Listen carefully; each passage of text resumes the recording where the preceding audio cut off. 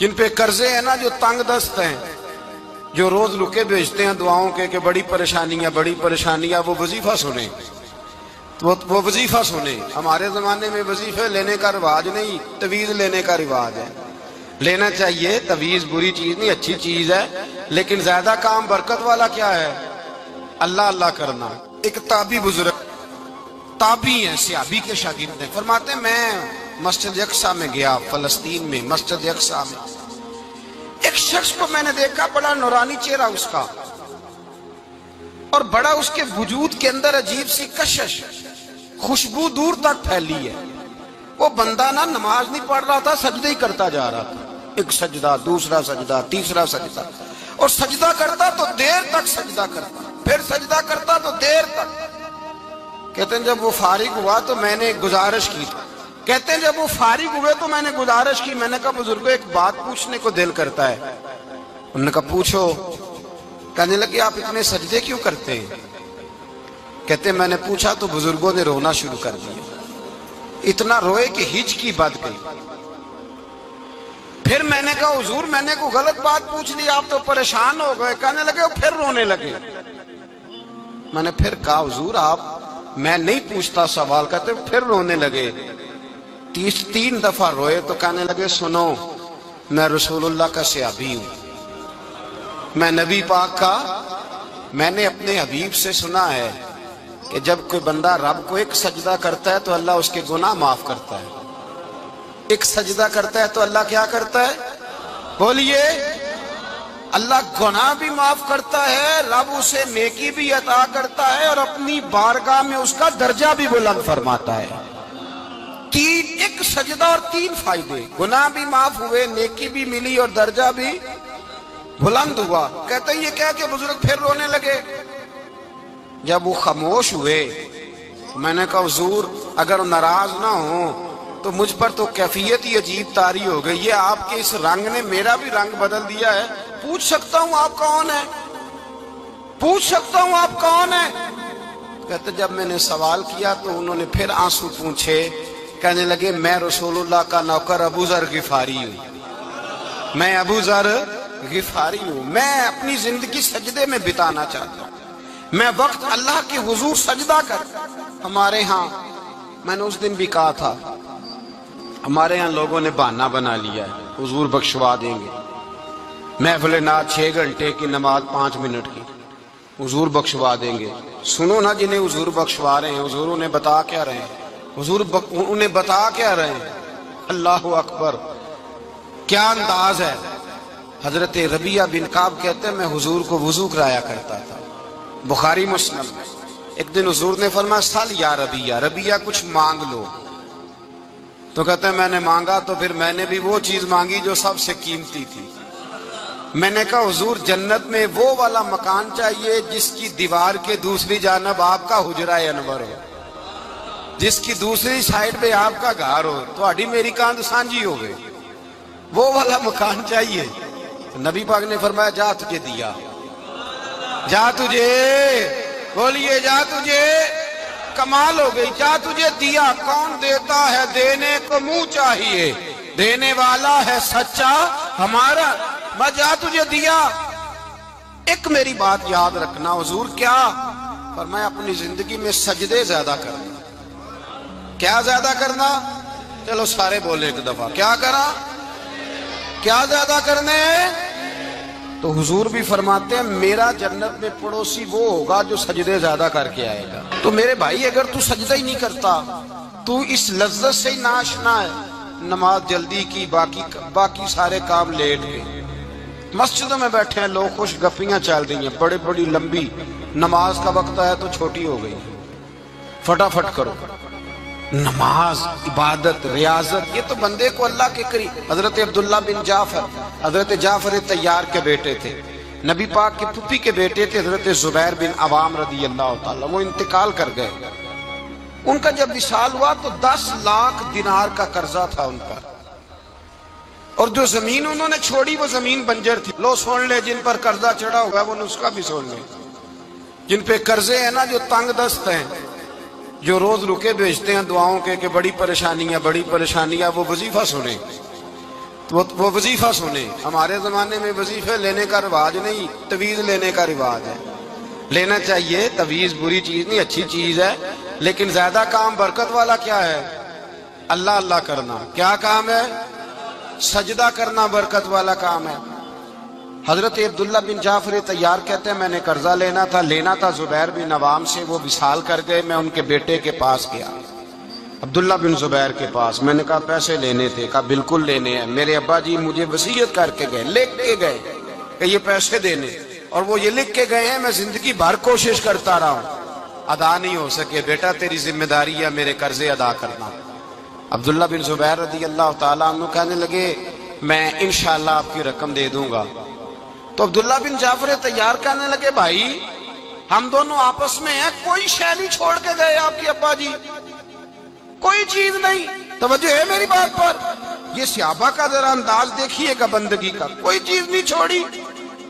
تو حضرت زبیر بن عوام کہنے لگے ایک زمین کا ٹکڑا ہے، وہ بھی بنجر ہے، اس میں بھی کوئی کھیتی نہیں اگتی، سبزہ نہیں ہوتا، بنجر ہے، پانی کوئی نہیں، اور وہ اتنی خشک ریتلی زمین ہے کہ بڑا مشکل کام ہے وہاں سے سیراب کرنا، بے آباد زمین ہے.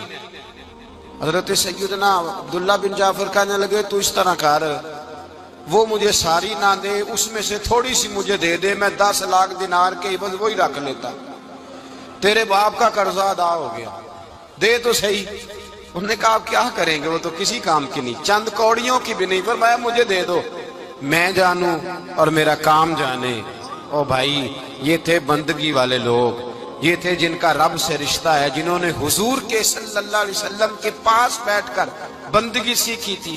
کہتے زمین کا ٹکڑا لے لیا، بنجر بے آباد ریتلی زمین، جب میرے حصے میں آئی پہلے دن اپنے غلام سے کہنے لگے جو جگہ تجھے زیادہ سخت لگتی ہے نا وہاں میرا مصلی بچھا دے، جو تجھے زیادہ بنجر بے آباد لگتی ہے وہاں مصلی بچھا، مصلی بچھا. غلام نے مصلی بچھایا تو عبداللہ بن جعفر نے اللہ اکبر کہہ کے نیت باندھی. یہ حضرت جعفر طیار کے بیٹے ہیں، حضرت علی کے بھتیجے. انہوں نے نیت باندھی، نماز کی، سر سجدے میں رکھا، رونے لگے، کہنے لگے اللہ میں بھی تیرا بندہ اور جس سے لینے تھے وہ بھی تیرا بندہ، خدا بندہ ہمارے درمیان مہربانی فرما، کرم نوازی کر، رحمت کا فیصلہ فرما. اتنا روئے کہ مصلی بھیگ گیا. کہتے اتنا تڑپ رہے تھے کہ صحابہ اکٹھے ہو گئے ان کے گرد، مصلی بھیگ گیا. جب بھیگا ہوا مصلی نماز مکمل کر کے اٹھایا نا، کہتے مصلی اٹھایا تو نیچے سے اللہ نے پانی کا چشمہ جاری فرما دیا، اللہ نے پانی کا چشمہ جاری کر دیا. فرمایا بناؤ حوض، کرو کھیتیاں سیراب. فرماتے ہیں جہاں ایک درخت نہیں اگتا تھا اللہ نے پورا باغ اگا دیا، جہاں ایک پھل نہیں ہوتا تھا وہاں عالی شان پھل لگ گئے، قرضے بھی ادا ہوئے. حضرت زبیر بن عوام کے بچوں کے پاس مال دولت بھی بچ گیا. لوگ جب کہتے ہیں یہ ساری کس چیز کی برکت ہے، اور فرماتے یہ ساری سجدوں کی برکت ہے، یہ رب کی بندگی کی برکت ہے، یہ اس کی بارگاہ میں نماز پڑھنے کی. مسلمان توجہ نہیں کرتا، توجہ نہیں. جاگ رہے ہیں آپ حضرات؟ یہاں کوئی حکومت اعلان کرے نا کہ ہر نماز کے بعد 500 روپیہ، کتنا جی؟ میرے خیال ہے کسی بھی نہیں ہونا مسجد جی، آؤ گے کہ نہیں؟ تھوڑے جے بول دے ہو، جڑے نہیں بول دے انہوں نے بالکل ہی نہیں نہ ہونا، انہوں نے پکا پتہ لگ گیا. اور خدا کے بندو بات سمجھو، رب فرماتا ہے تو مسجد آدھا میں تجھے برکت عطا کروں گا. کئی جگہ مسائل نہیں بنا دیے گئے، وہ چھوڑو دیئے تو نفل ہے، چھوڑو دیئے تو غیر مؤکدہ ہے. اعلیٰ حضرت فاضل بریلوی فرماتے ہیں جو نفل چھوڑتا ہے نا ایک وقت آتا ہے سنت کے ترک کرنا شروع کر دیتا ہے، اور تارک سنت ایک وقت آتا ہے کہ واجبات کو چھوڑتا ہے. چونکہ وہ سیلاب اچانک نہیں آیا کرتے، پہلے چھوٹا سا سوراخ ہوتا ہے، دریا کے کنارے چھوٹا سوراخ ہوتا ہے، بند نہ کیا جائے تو بڑا ہو جاتا ہے، پھر اور بڑا ہو جاتا ہے، پھر وہ سیلاب بن جاتا ہے. کیا ہوتا ہے کہ جب ہم دیر کرتے ہیں، آپ دیکھ لیں دنیا داری میں لوگ کتنے آگے نکل گئے، کتنے دنیا داری کی جو چیزیں آئیں وہ غالب ہو گئیں. میں آپ سے پوچھ رہا ہوں جتنے لوگوں کے پاس موبائل ہیں اتنے لوگ نمازی بھی ہیں؟ موبائل بعد میں آ کے غالب ہو گیا سب پہ اور نماز.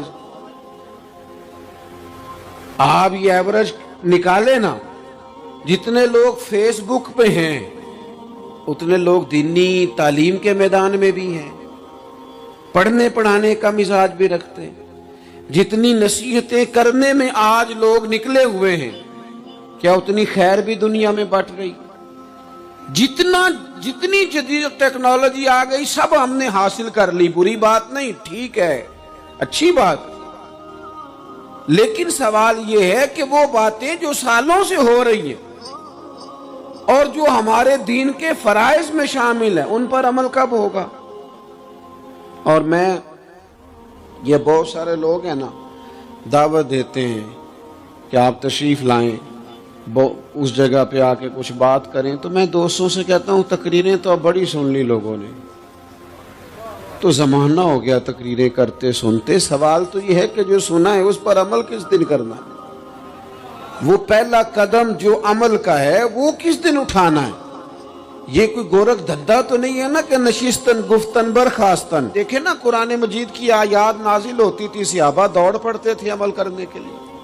لن تنالوا البر حتى تنفقوا مما تحبون، تم بھلائی کو نہیں پہنچو گے جب تک اپنی پیاری چیز خرچ نہ کرو. تو یہ آیت ہم نے بھی سنی ہوئی ہے. میں آپ سے ہاتھ نہیں اٹھواتا، آپ خود اپنے آپ سے پوچھیں، میں اپنے آپ سے پوچھتا ہوں کب پیاری چیز لا کے خرچ کیا ہم نے اللہ کے راستے میں؟ لیکن جب نازل ہوئی تھی، عبداللہ ابن عمر کو گھوڑا پیارا تھا، انہوں نے فوراً لا کے پیش کر دیا تھا. حضرت ابو طلحہ انصاری کو باغ پیارا تھا، انہوں نے فوراً لا کے حضور کی بارگاہ میں پیش کر دیا تھا. ہم کب یہ کام کریں کہ ہم سن رہے ہیں، ہمیں آتی ہے، ہم آگے بڑھا رہے ہیں، لیکن جلدی سے صحابہ کا یہ مزاج تھا کہ جیسے ہی ان تک خیر پہنچی انہوں نے عمل کر کے دکھایا. جیسے نصیحت ملی اس نصیحت پر وہ عامل ہو گئے. امام جعفر صادق رضی اللہ تعالیٰ عنہ سے ایک شخص نے پوچھا، حضور میں دین کی خدمت کرنا چاہتا ہوں، تبلیغ کرنا چاہتا ہوں، کوئی طریقہ بتائیں. بہت سارے لوگ ہیں آج کل جو یہ چاہتے ہیں کہ جناب مجھے نہ کوئی آپ نسخہ بتائیں، کوئی سلیقہ بتائیں، میں دین کا کام کرنا چاہتا ہوں، دعوت خیر دینا چاہتا ہوں، کوئی طریقہ بتائیں. تو سیدنا امام جعفر صادق رضی اللہ تعالیٰ عنہ فرمانے لگے، آسان طریقہ ہے اور بغیر کسی فلسفے کے، بغیر کسی الجھی ہوئی گتھی کے سلجھی ہوئی بات ہے، بالکل طے. تو دین کی تبلیغ کرنا چاہتا ہے؟ اس نے کہا ہاں. تو فرمانے لگے بڑا آسان نسخہ ہے، اگر تو دین پھیلانا چاہتا ہے، تبلیغ کرنا چاہتا ہے، تو دین پر عمل کرنا شروع کر دے.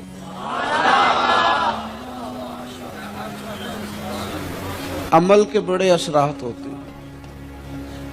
عمل، حضرت باجید بستامی فرمایا کرتے تھے، جس نے ہماری خاموشی سے کچھ نہیں سیکھا وہ ہماری تقریر سے کیا سیکھے گا.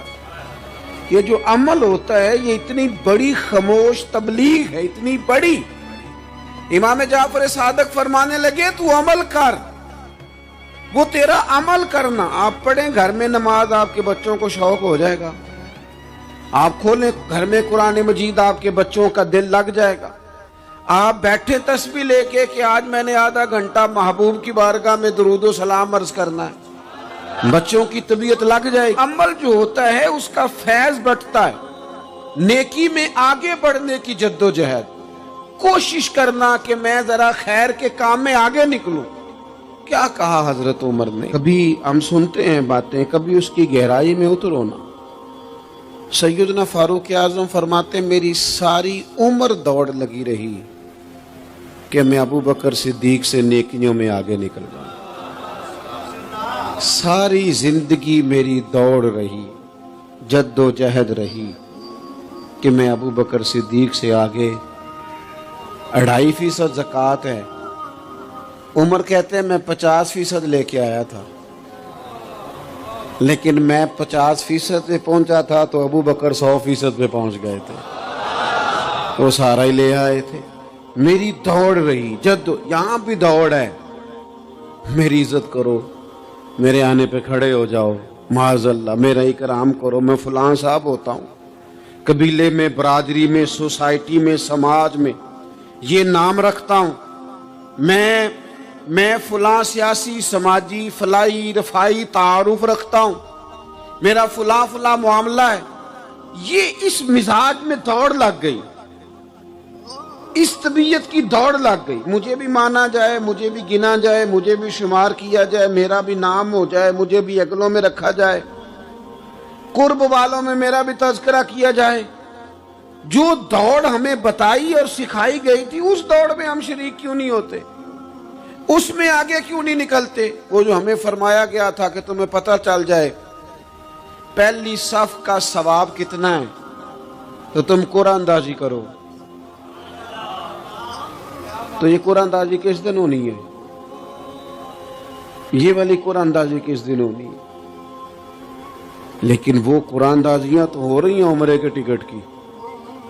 اتنے عمرے کے ٹکٹ, اتنے عمرے کے, اچھی بات ہے, اس کی بھی کوئی مخالفت نہیں. لیکن جو کام جس میں آگے بڑھنا تھا, جس میں جد و جہد کرنی, جس میں دوڑنا تھا, جس میں کاوش کرنی تھی, اس میں تو ہم پیچھے ہیں.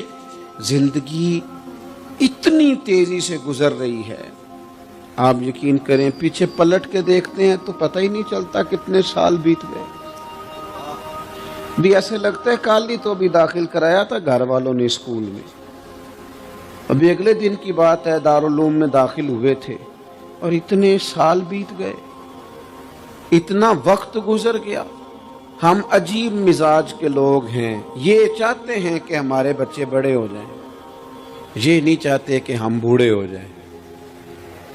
دیکھیں اگر بچے بڑے ہوں گے تو لازمی نتیجہ ہے کہ ان کے بڑے, لیکن ہم دونوں باتوں میں اپنا مزاج رکھتے ہیں. بچے بھی بڑے چاہیے ہمیں اور ہم خود بھی اپنے آپ کو بوڑھا تسلیم کرنے کو تیار. ماشاءاللہ جی میرا بیٹا جوان ہو گیا, تو جناب آپ کیا ہو گئے؟ اب آپ بھی تو بتائیں نا, آپ کہاں پہنچ گئے؟ وہ کیا دور تھا جب کہتے تھے میرے بیٹے کو میرا جوتا پورا آنے لگا ہے. جیسے جیسے بچے بڑے ہوتے تھے والدین کے لہجے میں ٹھہراؤ آتا تھا. ان کی 5 نمازوں کے ساتھ تہجد بھی شروع ہوتی تھی, اشراق اور چاشت بھی شروع ہوتی تھی. وہ چاہتے تھے کہ ہمارے بچے ہمیں زیادہ سے زیادہ خیر کرتا دیکھیں. وہ اپنے لفظوں پر, جملوں پر, زبانوں پر, انداز پر کنٹرول کرتے تھے. میاں بیوی ایک دوسرے سے کہتے تھے اب لڑنا نہیں ہے, بچے اثر قبول کرتے ہیں, بڑے ہو گئے, اب ہمیں ماحول اور طرح کا بنانا ہے. کب آگے نکلیں گے نیکیوں میں؟ کب ہم جد و جہد کریں گے؟ کب ہم یہ والا کام کریں گے کہ نہیں اب مجھے سنور جانا چاہیے, نہیں اب میرے اندر مثبت تبدیلی آنی چاہیے, نہیں اب مزاج میں حلم, بردباری, وقار, وفاداری, یہ چیزیں مجھے پیدا کرنی چاہیے. کب بچپنا ختم ہوگا؟ کسی درویش نے کہا تھا نا کہ میں نے 22 سال کے بوڑھے دیکھے اور میں نے 65 سال کے بچے دیکھے. کہا جناب کیا معنی؟ کہنے لگے معنی یہ ہے کہ بزرگی سمجھ کے ساتھ ہوتی ہے, عمر کے ساتھ تھوڑی ہوتی ہے. وہ تو سمجھ کے ساتھ ہے, جس دور میں سمجھ آ گئی, شعور آ گیا, سمجھ گئے بات کو. ورنہ بعض لوگ معذرت کے ساتھ بعض لوگ ساری زندگی سمجھدار ہونے کو تیار ہی نہیں ہیں. وہ کچھ ایسی باتیں کرتے ہیں جو ان کے منصب سے میچ ہی نہیں کرتی, ان کے سٹیٹس کے ساتھ وہ اٹیچ ہی نہیں ہوتی. بھئی یہ بات آپ کو نہیں کرنی چاہیے تھی, آپ کا معیار یہ نہیں تھا, معیار بلند ہے آپ کا, آپ اپنے سٹیٹس کے حساب سے بات کریں گے. تو میرے عزیز آگے بڑھا جائے. اب تو کئی ہمارے کلاس فیلو چلے گئے, کئی ساتھ رہنے والے چلے گئے, کئیوں کو ہم دیکھتے ہیں وہ کہتے ہیں یار مہینوں ہو گئے چارپائی پہ پڑے, ملاقاتیں ادھوری رہ گئی ہیں, کئی باتیں ضروری رہ گئی ہیں, کئی لوگ رخصت ہو گئے. تو کیا ہم کب کس وقت ہم عبرت پکڑیں؟ بچپ کر کے جنازہ پڑھ کے آ گئے کہ صرف اسی کا ہونا تھا, قبر پہ فاتحہ پڑھ کے آ گئے کہ صرف اسی کو دفن ہونا تھا, کسی کی کل خانی میں چہلوں میں شرکت کر کے آگے کسی کی ہونی تھی, میری ہونی نہیں ہے.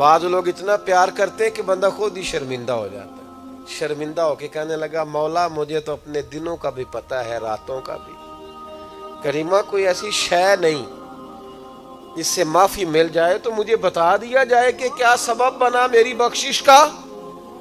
تو رب کریم نے فرمایا اپنے گاؤں میں، اپنے شہر میں، اپنے محلے میں ایک دن تو رات کو گزر رہا تھا، تیرے پیر سے ایک روڑا ٹکرایا تھا، کوئی بندہ نہیں تھا جو فوٹو کھینچ لیتا تیری اخبار میں دیتا، اب تو فٹافٹ فیس بک پہ آ جاتے ہیں نا، تو یہ کوئی نہیں تھا تیرے اشتہار چھاپنے والا، کوئی نہیں تھا نعرے لگانے والا، کوئی تعریف کرنے، کوئی اندھیری رات تھی، اندھیرا تھا، کوئی تھا ہی نہیں، اور اس اندھیرے میں تو نے وہ روڑا اٹھایا اپنے ہاتھ سے اور پھر تھوڑا تکلف کر کے تو کونے میں گیا اور تو نے اس کو دور پھینکا۔ کیوں پھینکا تھا؟ تیرا تو کوئی نفع نہیں تھا۔ تو بندہ عرض کرتا ہے مالک وہ میرے دل میں خیال آیا کہ میرے گاؤں میں، میرے محلے میں بوڑھے بھی ہیں، بیمار بھی ہیں، عورتیں بھی ہیں، بچے بھی ہیں، اللہ میں نے ان کی خاطر وہ روڑا پھینک دیا۔ میرے محبوب فرمانے لگے رب فرمائے گا تو رات کے اندھیروں میں میرے بندوں کا خیال رکھتا تھا تو میں قیامت کے اندھیروں میں تیرا خیال نہ کروں؟ آج تیرا خیال نہ کروں؟ بس وہ تیری نیکی، شرط یہ ہے کہ اخلاص والی ہو، شرط یہ ہے کہ تصنع سے، بناوٹ سے، ریاکاری سے پاک ہو، شرط یہ ہے کہ اللہ کی رضا کے لیے ہو۔ کہا وہ تیری نیکی اتنی پسند آئی کہ وہ تیرے سارے گناہوں پر سیاہی پھیر کے آج تجھے بغیر حساب کتاب جنت دینے کا ارادہ کر لی۔ لیکن یہاں تو معاملہ یہ ہے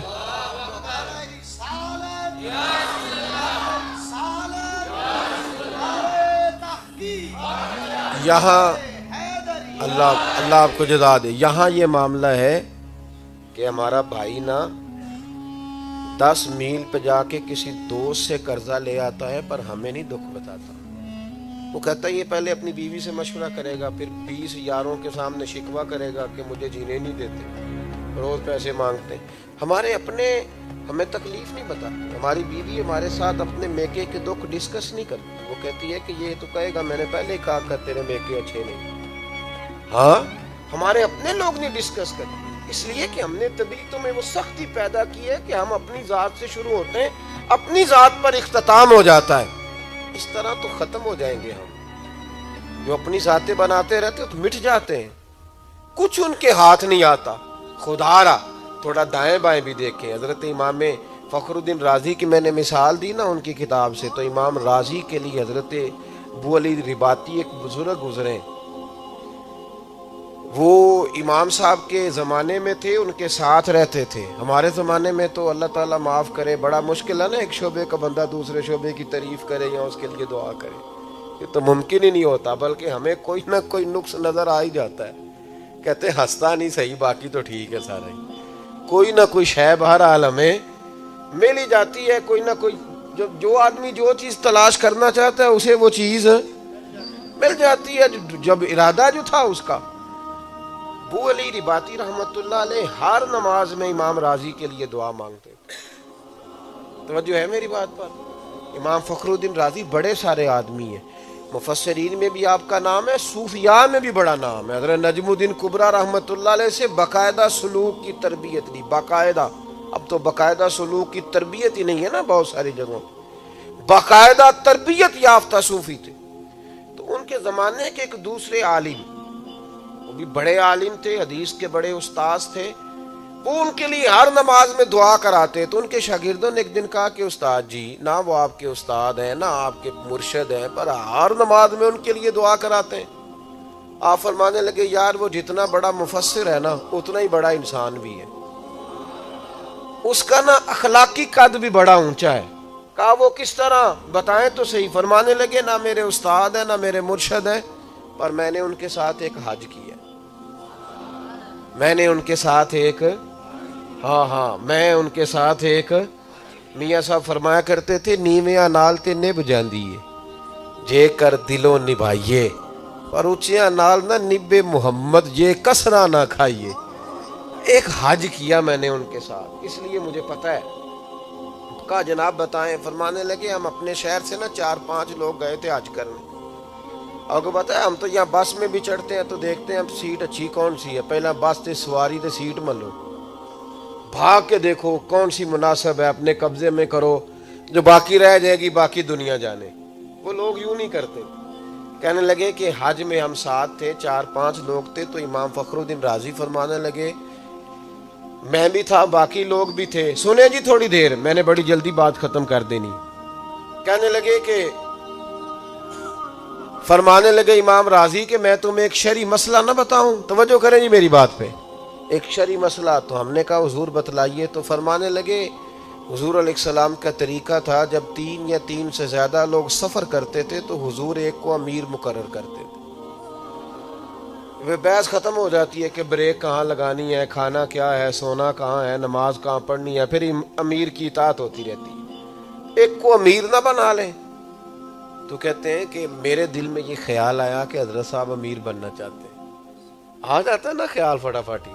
بڑا مشکل ہوتا ہے کوئی بات کرنا. مجھے ایک دفعہ ایک دستار فضیلت کے جلسے میں جانا تھا تو مجھے وہ کہنے لگے آپ نے علماء کے فضائل بیان کرنے ہیں. تو میں نے کہا یہ بڑا مشکل کام, اس لیے کہ مجھے بھی لوگ چھوٹا موٹا مولوی سمجھتے ہیں. یہ میں مسئلے بیان کروں گا تو اپنے دل کو کیسے سمجھاؤں گا کہ کسی اور کی بات ہو رہی.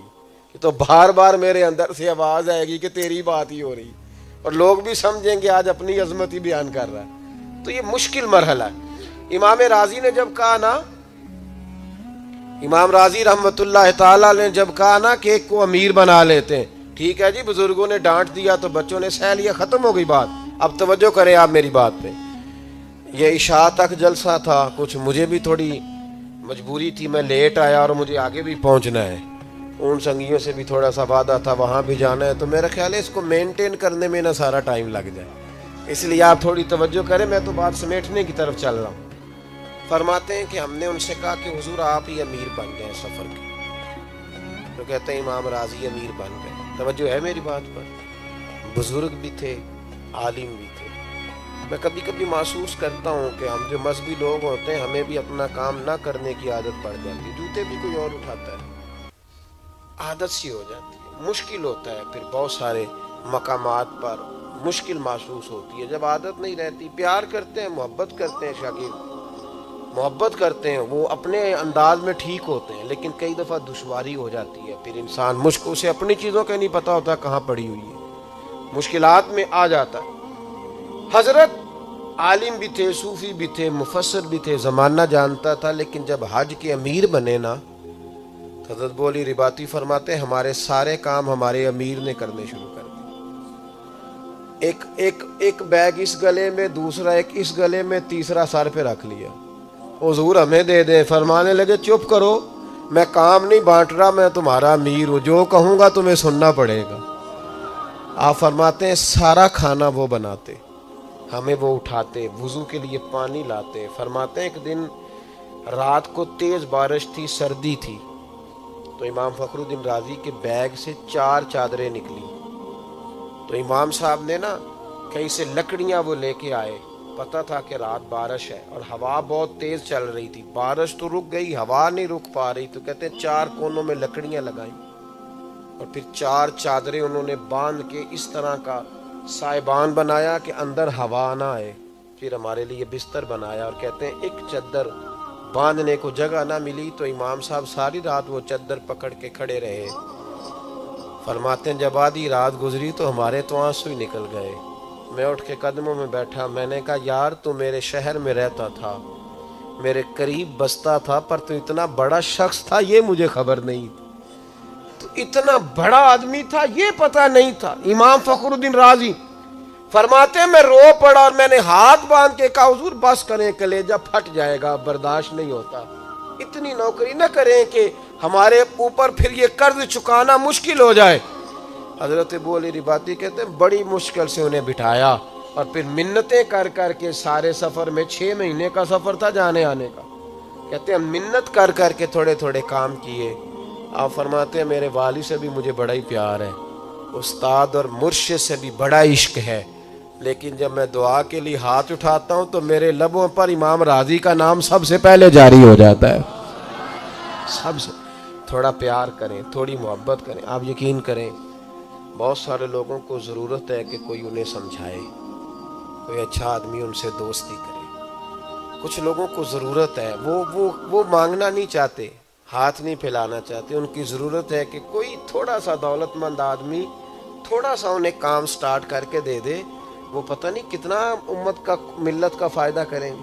لیکن ہم ہاتھ تھامنے کو تیار نہیں, آگے بڑھنے کو تیار نہیں, پیار کرنے کو تیار نہیں.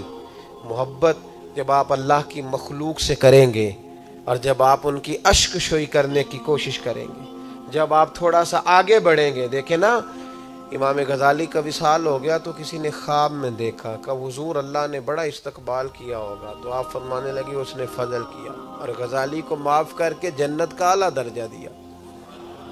تو کہ حضور کون سی کتاب, کون سی نیکی, کون سا خیر کا کام؟ فرمانے لگے ساروں پر ہی اللہ بڑا کریم ہے, پر میں نے جب پوچھا نا میری بخشش کا سبب کیا بنا, تو مجھے بتایا گیا کہ غزالی تو ایک دن لکھ رہا تھا اور تو نے سیاہی پاس رکھی تھی, قلم تیرے ہاتھ میں تھا, اور تو نے, آپ کو پتہ ہے وہ پرانے زمانے میں ابھی تھوڑے سال گزرے ہیں کہ وہ سیاہی لگا کے قلم سے لکھا جاتا تھا. تو کہتے میں نے دوات میں سیاہی لگائی اور جب میں نے اٹھائی نا تو گرمی بڑی شدید تھی, ایک مکھی آ کے سیاہی پہ بیٹھ گئی.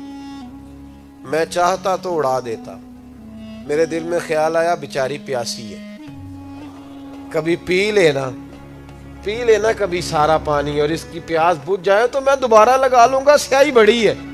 فرماتے ہیں اس نے پیا اور پی کر کے جب وہ اڑ گئی تو مجھے, میرے دل کو سکون بڑا ہوا, پر میں وہ بات بھول گیا, پھر کبھی یاد بھی نہ آئی. پتہ تو تب چلا جب قیامت میں اس بات کا اجر ملا. جب اس کا اجر ملا نا, رب کریم نے فرمایا وہ تو میری چھوٹی سی مخلوق پہ رحم کھائے, میں نے آج تیرے لیے جنت کے دروازے کھلوا دیے ہیں. تھوڑا پیار کریں, تھوڑی محبت کریں یار. ہم اس رسول کے ماننے والے ہیں صلی اللہ علیہ وسلم. میں نے برطانیہ میں نا وہ کم روڈ بلاک ہوتے ہیں, تو ایک روڈ میں نے بلاک دیکھا, تو میں نے ادھر کیا بھائی, کہنے لگے کتا گاڑی کے ساتھ لگ گیا, تو روڈ بند ہے, تو ایمبولنس آئی تو کتے کو اٹھا کے لے گئی. مجھے تکلیف ہوئی. میں ان لوگوں کے عقیدے اور ان کے معاملات سے بڑا پریشان تھا. بہت سارے لوگ تو کسی کو مانتے ہی نہیں, اب دہری ہو گئے وہاں. لیکن میں نے کہا یار پتہ ہے ہمارے ہاں کیا ہوتا ہے, کتا اگر سڑک پہ مر جاتا ہے نا تو پھر اس کے اوپر سے گاڑیاں گزرتی رہتی, کوئی اس کو اٹھا کے سائیڈ پہ, ایسا ہی ہوتا ہے. یعنی اس کو کوئی شخص, روڈ پہ بریکیں تو لگتی ہیں نا, لیکن تب لگتی ہیں جب کوئی بیچارہ غلطی سے بھی گاڑی ٹچ کر جائے نا, پھر روک لیتے ہیں, کہتے تو نہیں جا سکتا, اب نہیں تو نکل سکتا. لیکن کتا جانور ہے نا, سانس ہے نا اس کے اندر. اور یہ بھی ہم روز سنتے ہیں کہ کتے کا قرآن میں ذکر آیا ہے, کتا وفادار ہے اور ولیوں کا وفادار ہے, اور یہ کتا جنت میں جائے گا انسانی شکل میں جو اصحاب کہف کا کتا تھا. لیکن کتے مسل دیے جاتے ہیں, مسل دیے.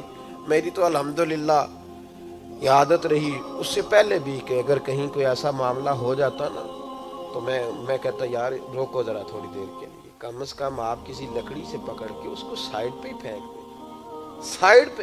لیکن ہمارا تو حشر یہ ہے کہ سڑک پہ انسان کا ایکسیڈنٹ ہو جائے تو لوگ قریب نہیں جاتے, کہتے پولیس کیس ہے جی. ہاں لوگ اٹھاتے نہیں, کہتے ہیں وہ سارے سوالوں کے جواب میں ہی دوں گا. تو یار اگر بن بھی جائے پولیس کیس, اگر تھوڑی دیر کے لیے پولیس تنگ کر بھی لے تو کیا ہوا, رب کریم کی مخلوق کی خدمت سے زیادہ سخت معاملہ تو نہیں. کوئی عرض نہیں کر بھی لے تو نیکی کرنے کے لیے کچھ نہ کچھ دشواری دیکھنی پڑتی ہے.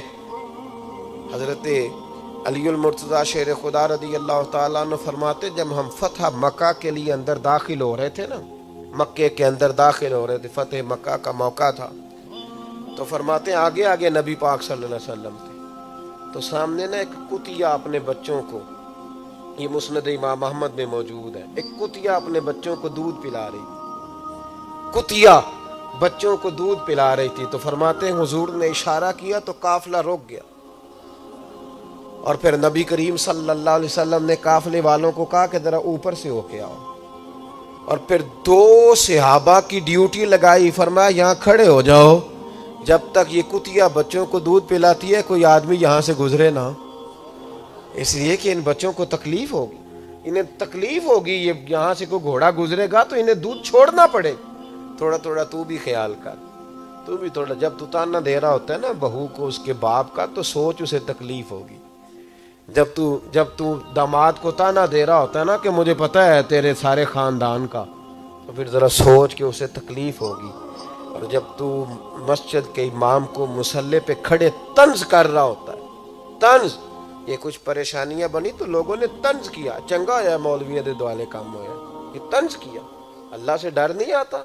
کتنے لوگ گرفتار ہوئے، گرفتار ہونا اور قید میں جانا کوئی مطلب، لیکن اس کو طنزیہ بنا لینا، پھبتیاں کسنا، یہ کام کرنا، یہ درست نہیں ہے۔ تھوڑا تھوڑا خیال فرمایا کریں، چیزوں کو دیکھا کریں، ہمارے معاملات بڑے عجیب ہوتے جا رہے ہیں، ہم کسی کی گردن جھکتی ہے، کسی کے اوپر کوئی تکلیف آتی ہے تو ہم خوش ہوتے ہیں، پیار بانٹیں، محبت کریں، دائیں بائیں توجہ کریں، آپ کتنا کسی کے کام آ سکتے ہیں۔ دعا کرتا ہوں اللہ کی بارگاہ میں جو میں کہہ سکا مالک اسے قبول فرمائے، جہاں دوران گفتگو ہم بھول گئے اللہ ہم سے درگزر فرمائے۔ مجبوری یہ تھی کہ چونکہ آگے بھی حاضر ہونا تھا، میری کوشش ہمیشہ رہی ہے کہ ایک ہی جگہ ٹائم دیا جائے تاکہ دوستوں سے اچھے طریقے سے ملاقات ہو جائے، سب ہو جائے، پر دوست ہی بڑی شدت کرتے ہیں، وہ کہتے ہیں جی ساتھ اٹیچ کر لیں، آپ آ جائیے گا، اب وہ مجبوری بن جاتی ہے، ورنہ میں آپ سے مل کے جاتا ہے، ایک دوست ہے، آپ دھکے وکے نہ ایک دوسرے کو دیجیے گا، ملاقات ہو گئی، زیارت ہو گئی، ماشاءاللہ آپ حضرات کی۔ آپ کا پروگرام جاری رہے گا جی؟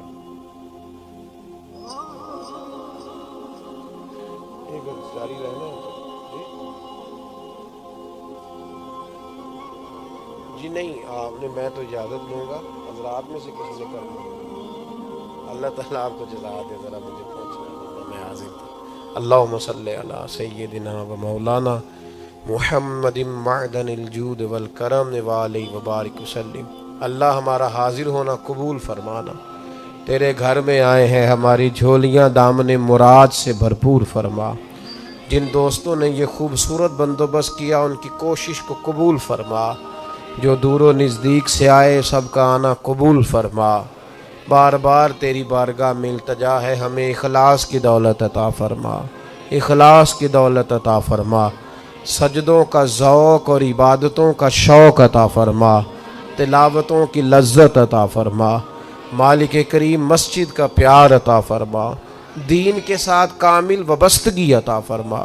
اے اللہ بیماروں کو شفا دے دے، مقروضوں کو قرضوں سے رہا کر دے، تنگ دستوں کو وسعت رزق دے دے، بے گھروں کو اپنی چھت عطا فرما، جو بے اولاد ہیں انہیں صاحب اولاد کر دے، اولاد والوں کی اولاد کو فرما بردار بنا دے، مالک کریم زندگی تقوی کے نور والی عطا فرما، موت کلمہ اسلام پہ عطا فرما۔ اللہم انا نسألک العفو والعافیۃ فی الدین والدنیا والآخرہ، رب اغفر وارحم وانت خیر الراحمین، وصلی اللہ تعالی علی حبیبہ سیدنا و مولانا محمد۔